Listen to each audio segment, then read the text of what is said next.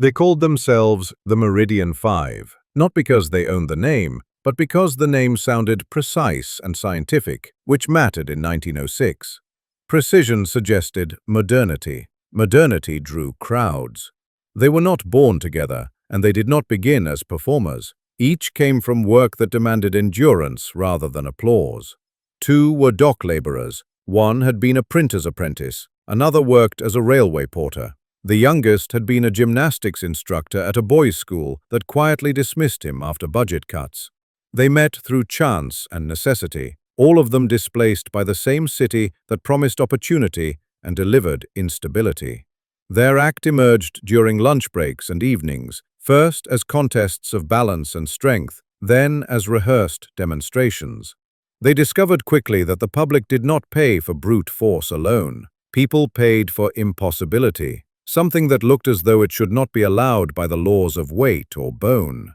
The man in the air was named Thomas Hale. He was light-framed, disciplined, and fearless in a way that came from having little to lose.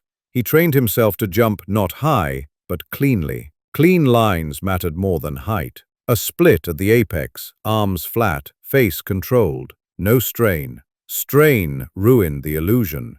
The others learned stillness. That was their craft. They became anchors, not lifters. Their job was to look solid enough that the impossible could plausibly rest upon them. Hats aligned, feet planted, expressions neutral. A single wobble would break the spell. They practiced the photograph before they practiced the crowd.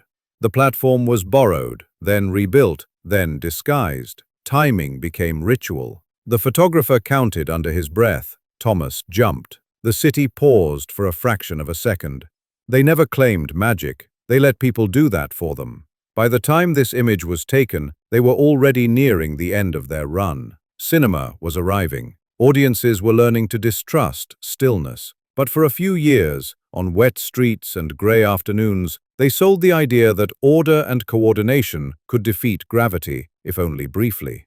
Afterward, they drifted apart. One opened a small gym. One returned to the railways. One disappeared into the war that followed. The photograph remained, doing what they had always intended, convincing strangers, long after the moment had passed, that the world once made room for things that hovered just beyond explanation.